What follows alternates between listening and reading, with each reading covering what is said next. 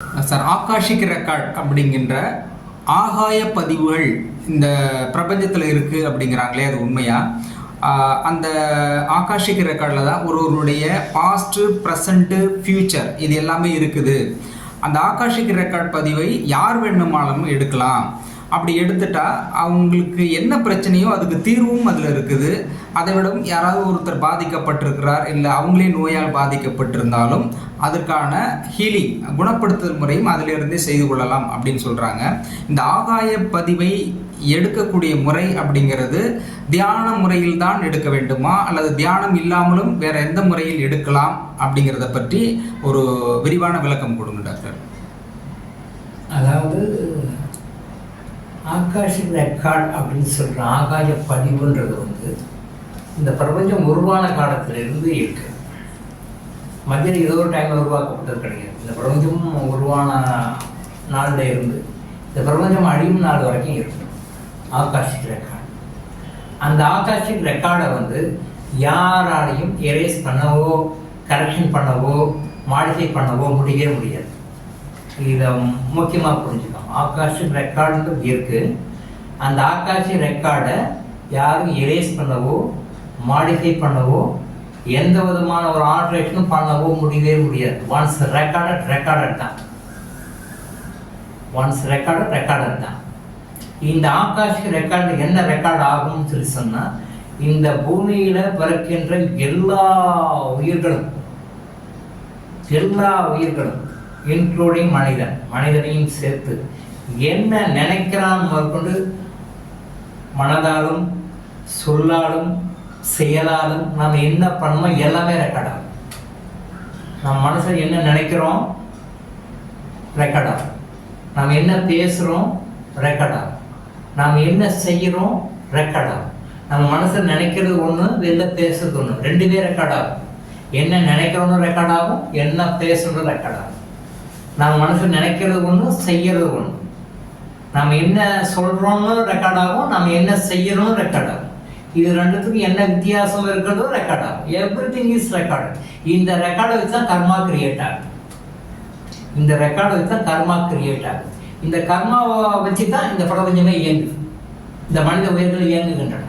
இந்த உலகத்தில் இருக்கிற எல்லா உயிர்களும் இந்த ஆகாஷ் ரெக்கார்டில் பேஸாக இருக்கின்ற அந்த ரகசியங்களை, ஆகாஷ் ரெக்கார்ட் ரகசியங்களை வைத்து தான் கர்மா ஃபார்ம் ஆகுது. அந்த கர்மா வச்சு தான் எல்லா இயக்கங்களுக்கும் நடக்கும். இதில் மாற்றங்கள் எதுவும் இல்லை. இந்த ஆகாஷ் ரெக்கார்டை எப்படி அப்ரோச் பண்ணுறது, எப்படி ரீச் பண்ணுறது? அதில் பாஸ்ட் இருக்குது, ப்ரெசென்ட் இருக்குது, ஃபியூச்சர் இருக்குது, எல்லாமே இருக்குது. பாஸ்ட்டு, ப்ரெசென்ட், ஃபியூச்சர் எல்லாமே இருக்குது. அந்த ஆகாஷ் ரெக்கார்டை நம்ம டியூன் அப் பண்ணி அதுலேருந்து நமக்கு தேவையான மெசேஜை எடுக்கிறது தான் நம்முடைய திறமை. இந்த ஆகாஷ் ரெக்கார்டை எனிபடி கேன் கான்டாக்ட்.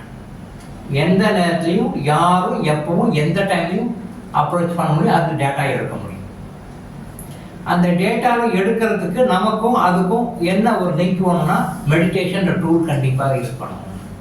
ஏன்னா அது ஒரு ஃப்ரீக்வன்சியில் இருக்குது, ரெக்கார்டாக இருக்குது. நாம் ஒரு ஃப்ரீக்வன்சியில் இருக்கிறோம். நம்ம ஃப்ரீக்வன்சியும் அந்த ஃப்ரீக்வன்சியும் டியூனப் ஆகும். நம்மளுடைய ஃப்ரீக்வன்சியும் அந்த ஃப்ரீக்வன்சியும் டியூனப் ஆகும்.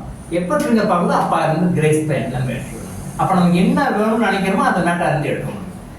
என்ன வேணும்னு நினைக்கிறோமோ அந்த மேட்டை எடுக்கணும். இதை இப்போ ஃபிசிக்கல் பாடி அப்படின்னு சொல்லி சொன்னோம்னா, இந்த ஃபிசிக்கல் பாடியில் கண்ட்ரோல் பண்ணது நம்முடைய பிரெயின் தான்.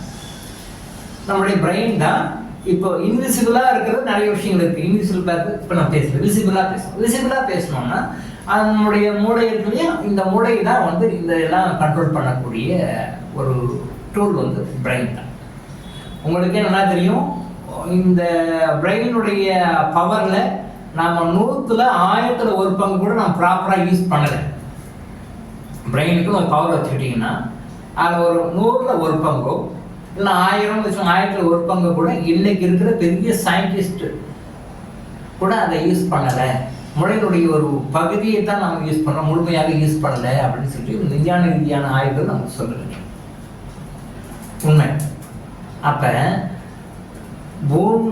பூமியில் வசிக்கின்ற ஒரு சாதாரண ஒரு மனிதன், நாம் அறிவியல் அறிஞர் சொல்லுவோம், விஞ்ஞானின்னு சொல்லுவோம், ஆல்பர்ட் ஐன்ஸ்டீன் சொல்லுவோம், டெஸ்லான்னு சொல்லுவோம், தாமஸ் ஆல்வா எடிசன் சொல்லுவோம், யாரையும் வேணாலும் சொல்லலாம்.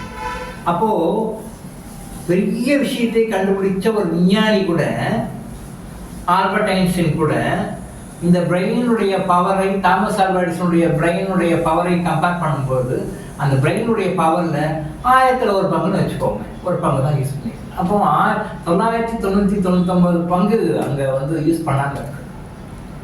இப்போ ஒரு யூனிட் 100ன்னு வச்சுக்கிட்டிங்கன்னா அப்போ 99 பங்கு யூஸ் பண்ணாமல் இருக்கு, ஒரு பங்கு யூஸ் பண்ணிருக்கு.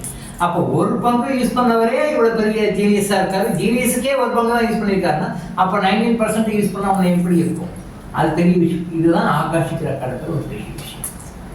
இதை யாருனாலும் எடுக்க முடியும். சில யோகா பயிற்சிகள் தெரிஞ்சிருக்கணும். வேற ஒன்றும் பெரிய ஏகாக்கிரம்னு சொல்லுவோம். ஏகாக்கிரம் அப்படின்னு சொல்லுவோம். அந்த ஏகாக்கிரம் அப்படின்னு ஒரு யோகா சயின்ஸில் ஒரு வேர்டு. அந்த ஏகாக்கிரம்னு வரும். அந்த ஏகாக்கிரம் அப்படின்னு மூச்சை வந்து ஒரு கண்டினியூஸாக ஒரு 10 மினிட்ஸ் அல்ல 5 மினிட்ஸ் கேஷுவலாக நிறுத்தணும்.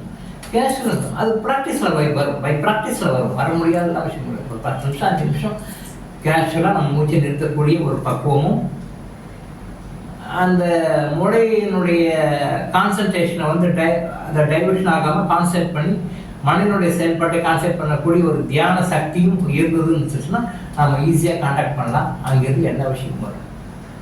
நமக்கு வந்த வேதங்கள், நம்முடைய பெரிய பெரிய சாஸ்திரங்கள் எல்லாமே பெரிய பெரிய மகான்களும் யோகிகளும் சித்தர்களும் தியானத்தில் உட்கார்ந்து ஆகாஷ கணக்கு எடுத்த விஷயங்கள் தான்.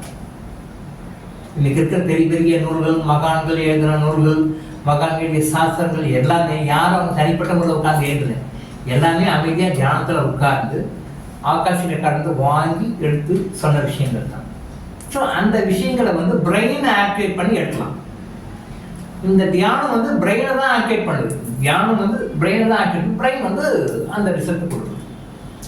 சில காரணங்களால், எதிர்பாராத சில காரணங்களால் சில விஷயங்கள் நடந்து சில பேருடைய மூளை வந்து அந்த தியானத்தினால் தூண்டப்படக்கூடிய நிலை, தியானம் வந்து ஒரு நிலையை தூண்டுது இல்லையா, அந்த தூண்டப்பட்ட நிலையை வந்து அடைந்ததுனால தான் அந்த மாதிரி ப்ரிடிக்ஷன்ஸை நம்மளால் சில பேர் மனிதர்களாக இருக்கும் சொல்கிறாங்க.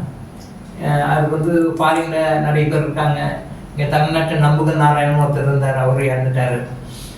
அவர் ஆக்சிடென்ட்டில் இறந்த பிறகு அவருக்கு மூளையில் ஏற்பட்ட சில மாற்றங்கள்னால அவர் ப்ரிடிக்ஷனாக சொல்ல ஆரம்பித்தார். அவர் ஜோதிடரோ ஒரு அக்கல்ட் ப்ராக்டிஷனரோ கிடையாது. இந்த மாதிரி ஃபாரின்லேயே நிறைய பேர் இருக்காங்க, இப்போயும் இருக்காங்க, எப்பவும் இருந்திருக்காங்க. அவங்களுக்கு அந்த மூளையினுடைய ஆக்டிவேஷன் சில பாயிண்ட், எந்த பிரெயினில் எந்த பார்ட் ஆக்டிவேட் பண்ணணுமோ அந்த பார்ட் இயற்கையாகவே அது ஆக்டிவேட் ஆகிட்டனால, வேறு சில காரணங்கள் ஆக்டிவேட் ஆகிட்டதுனால அவங்க அந்த மாதிரி ப்ரிடிக்ஷன்ஸ்லாம் சொல்ல முடியும். ஸோ அந்த மாதிரி அவங்க சொல்கிறாங்க இல்லையா, அந்த நிலை வந்து தியானத்தினால் அடையக்கூடிய நிலை தான். எல்லாரும் தியானத்தினால் தான் போகணும். தியானம் ஒருத்தர் சில பேருக்கு அக்கேஷனாக சில பேருக்கு ஒருத்தர் ஒரு லட்சத்தில் 10 லட்சத்தில் ஒருத்தர் 2 பேருக்கு இந்த மாதிரி அம்சங்கள் அமையும் பொழுது அவங்க இந்த மாதிரி விஷயங்களை பார்த்து சொல்கிறாங்க. பட் எல்லாத்துக்குமே அடிப்படையாக தியானம் வேணும். தியானத்தின் மூலமாக தான் ஆகாஷ் ரெக்கார்டு ஏற்படும். ஆகாஷ் ரெக்கார்டு நம்ம என்ன கரெக்ஷன் சொன்னாலும் பண்ணிக்கலாம், நம்ம என்ன வேணாலும் பண்ணிக்கலாம், பண்ண முடியும். ஆகாஷ் ரெக்கார்ட்ஸை கரெக்ட் பண்ணுறது மூலமாக நம்மளுடைய வாழ்க்கையில் மாற்றங்களை கொண்டு வர முடியும். ஸோ இந்த ஆகாஷ் ரெக்கார்டை கரெக்ட் பண்ண டெக்னிக் வந்து மெயினாக நமக்கு அடிப்படையாக பயன்படுத்துவது மெடிடேஷன் தான். மெடிடேஷன் இல்லாமல் சில யோகா முறைகள்லையும் வேறு சில முறைகள்லையும் அதை அடையலாம். இது இல்லாமல் இன்னும் சில பேருக்கு பை ஆக்சிடென்ட்லாம் சில பேருக்கு சில விஷயங்கள் அந்த மூளையில் அந்த பார்ட் ஆக்டிவேட் ஆனதுனால, சாதாரண மனித மூளையினுடைய ஆக்டிவேட் ஆனதுனால அந்த பாகம் செயல்பட்டு அத்தகைய ஒரு அற்புதங்களை செய்யக்கூடிய ஒரு சக்திகளை, திறமைகளை அந்த நபர்களுக்கு கொடுக்கணும். இதுதான் விஷயம். ஸோ ஆகாஷிக் ரெக்கார்டை அப்லோட் பண்ண டெக்னிக் வந்து எல்லாரும் ஈஸியாக செய்யக்கூடிய ஒரு விஷயம். இதை நீங்கள் புரிஞ்சுக்கணும். யாரோ பெரிய மகான்கள் தான் செய்ய முடியும், சாதாரண மனிதர்கள் செய்ய முடியாதுன்னு கிடையாது, எல்லாராலுமே செய்யும். டாக்டர் இளங்கோ ஆயுஷ் சாஸ்திரங்கள் வழங்கும் விழிப்புணர்வு இது. தொடர்ந்து இது மாதிரி பல அவேர்னஸ் வீடியோக்களை பார்க்க நம்ம சேனலை சப்ஸ்கிரைப் பண்ணிட்டு பெல் பட்டனை ப்ரெஸ் பண்ணுங்க.